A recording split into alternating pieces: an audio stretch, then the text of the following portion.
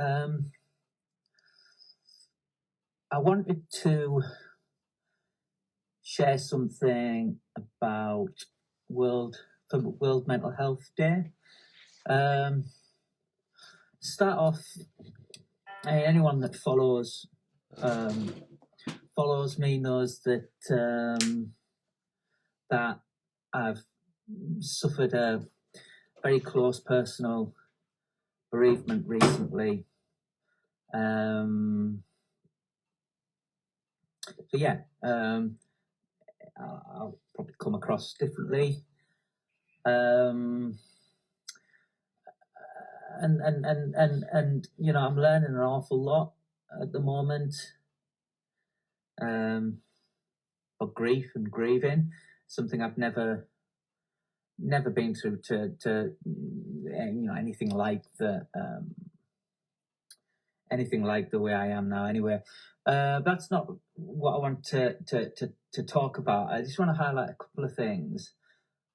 The first is that, you know, one of the things that I am realizing and learning, I know because I have struggled with my mental health in the past, you know, people do worry, you know, when, you know, going through such a difficult experience.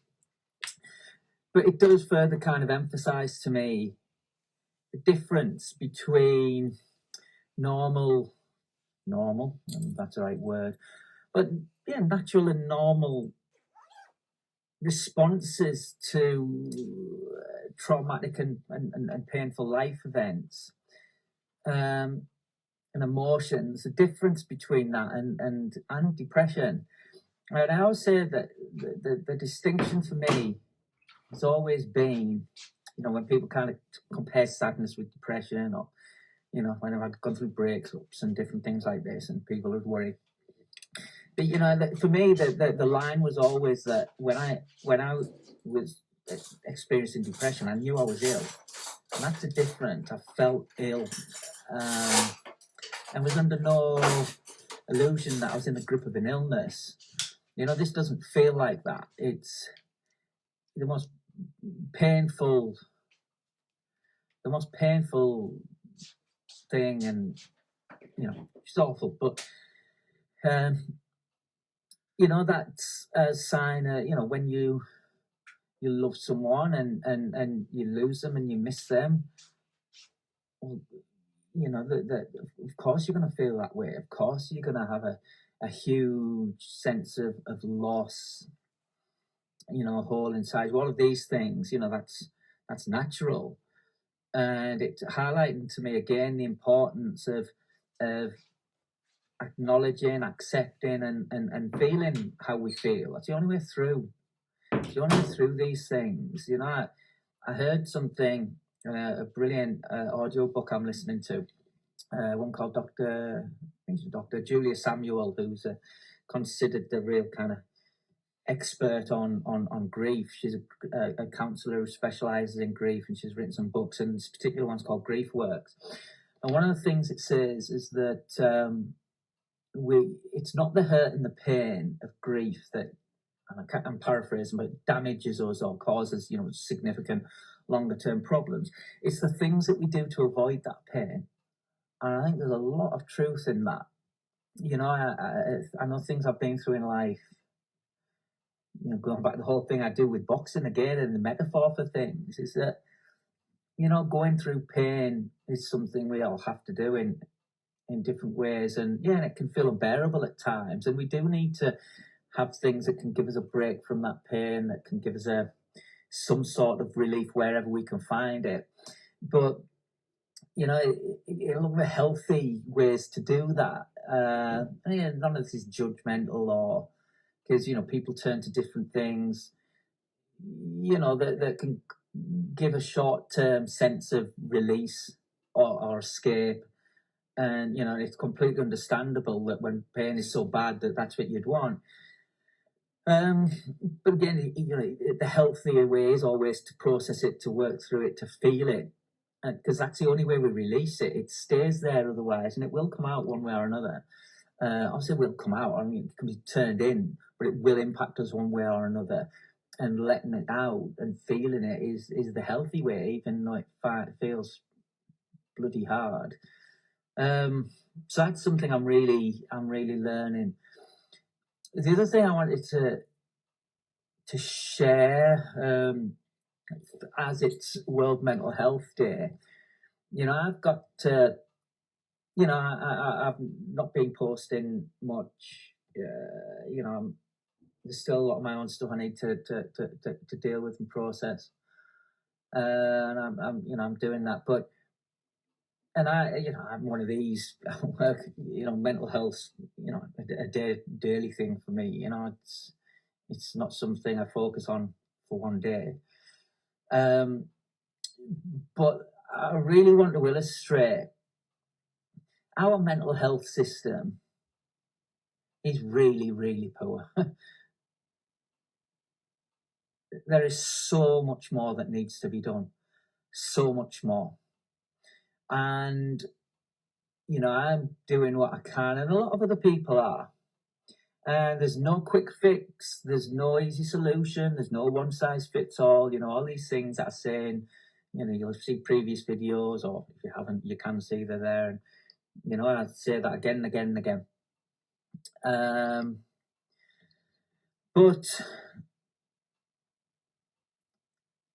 And we have lots of passionate, committed people working within mental health who want to help people.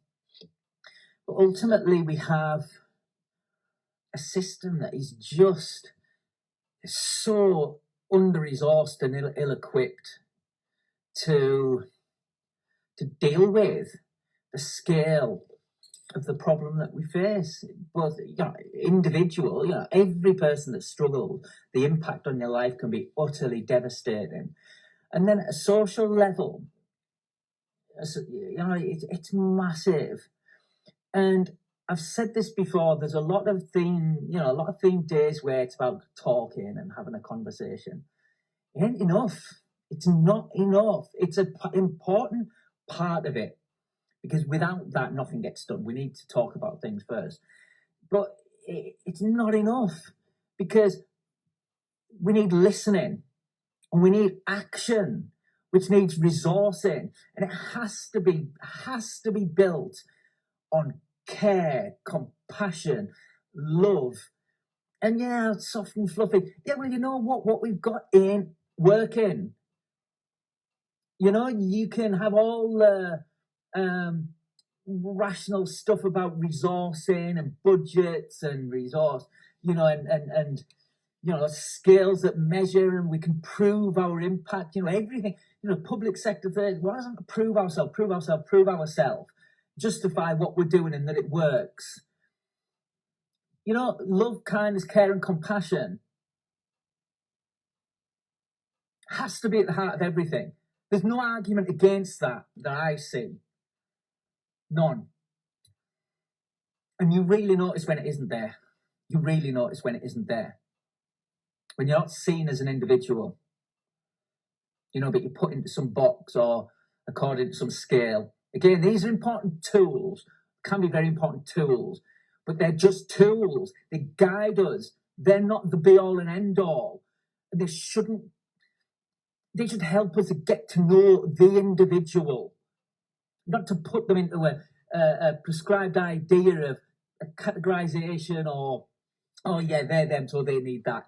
No, it has to come from here. And it has to be built around that. And another thing that I want to illustrate around that is about, we have to do more and we have to do better. And I'm passionate about it. It isn't a choice, right? We have to, because the costs are too great. And you know what? It's like, oh yeah, but it's high, we're in a cost of living crisis, da, da, da, da, da. Yeah, and all of that is creating more problems, right? This ain't going away. And it's going to get worse. And there's a lot more people needing help and not getting it, or not getting the right help, or being given up on. It ain't good enough. It's not good enough. And Bottom line, it's a choice. Always starts with a choice. Are we serious about this? Do we actually want to solve this? Because we can put sticking plasters on things, get people back to work, get people to rethink things. But it's a complex issue that needs such an array of support. And you know what? We can do it, and we can do better. It's a choice. You know what? Thought no one could. People were annoyed that President Kennedy said we're putting a man on the moon at the end of the 1960s because they thought we couldn't do it. But he set that ambition, and we did it. I mean, some people believe we didn't, but we did it. You know, when we commit to things, we make them happen, right? You want proof? COVID. Yeah? Whatever people think about that, we mobilized to solve that problem because we had no choice, right? It's a choice. You know, we should have food banks in this country. It's a national disgrace. That's a choice because we could choose to eradicate those tomorrow if we wanted to. There's enough money. How it's used, how it's distributed, who benefits from that, who gains from that. They're the choices. We can choose what society we want to be. We could choose if we want to actually care and support people who need this help. Or we can just see more people becoming statistics. And I ain't letting that happen. I'm going to do everything I can to stop that. You know what? It's like the other thing, and I use the COVID example because we haven't seen the effects of that. Nowhere near. For our children, particularly, this is a long-term thing, and there's going to be long and far-reaching implications and costs on the mental health of individuals that we have to take seriously, and we have to commit to making sure, and I put it out there, that everybody that needs help with their mental health is given help quickly and is supported until they're better, right? You don't go to the doctor or the hospital with a serious physical illness to say, right, I'm going to see you 6 times and then off you go, right? It doesn't happen. That's how you feel when you've got a mental health problem. You might wait for up to a year for 6 sessions that may or may not work because all of us are different, all of us need different things. And yes, that takes a lot of resourcing. So resource it then, because you can, if you want to. You know, and when you have these limited number of sessions, you know what you think when you're there? Shit. You don't see that as, well, maybe I can't speak for everyone, but part of it is you're under pressure and a time scale to get better. And if you don't, well, and that's what's prescribed. That's the thing that works. It doesn't work for you. How do you think you feel at that? This is just me. It's hopeless. Nothing will make me better. Didn't work. What now? What next? Can't afford to get private treatment. What support's available locally? What charities are there? You know, because that's what you need to pick up a lot of this. And, you know, there's a role for lots of different, you know, for a National Health Service, but, you know, there's a lot of bureaucracy involved in that. A lot of decision, in my opinion, things come down to procedures that where we can cover our backs, but they all, you know, it's always there. That if something happens, are we, you know, how will it reflect on us, right? That's part of the world we live in at the moment. You know, and that filters down to lots, but ultimately, and this is where I come down to care, compassion. You know, can everybody involved say, I did the best I could. I did everything I could to help that person. I don't believe we can say that as a society for people struggling with their mental health. I think we're very, very, very, very long way from that. And it has to change. And you know what? There's a big role for charities, for community organisations. You know, I'm passionate about lived experience, peer support, because people have been there, get it, understand it, come from that place of love, compassion, of understanding what it's like and wanting to do anything so that nobody else has to suffer like that. So there's a massive role for that sector, but again, it doesn't happen on fresh air. You know, I know through working that how much effort and work goes into funding and running program to program. People inquiring and you don't know when you're going to be able to run your next one because you're trying to get funding and support for it. You know, there's got to be that look at the complete provision from, you know, the public sector, the private sector, the voluntary sector, third sector, charities. You know, so much needs to be done on this, so much. And we can't just keep putting it off. We can't just keep putting it off. And we're way short of where we need to be. So I guess that's my call to action, really. Someone, somewhere, anybody that's got any sort of interest, whether it be personally or professionally in this, you know, we're doing what we can. And we're doing what we can. And then everyone plays a different role, you know, particularly when you've struggled. You know, we've always got to look after ourselves as well and our own capacity to do things. You know, I know, you know, you've been through this, so you have to then go and give back to no. You know, we can give in a way that, you know, we phone someone that we know is struggling, or we message them and they don't get back to us because they're not in a state to. But we say, I'm always here and I'm thinking about you, and if there's anything I can do, picking up a meal and taking it round from, you know, love, kindness, care, compassion. I'll walk alongside you as you go through this. It has to be the right support. Love and kindness isn't enough on its own. It has to motivate and inspire everything that comes from it, in my opinion. But it ain't enough on its own. It has to be the right.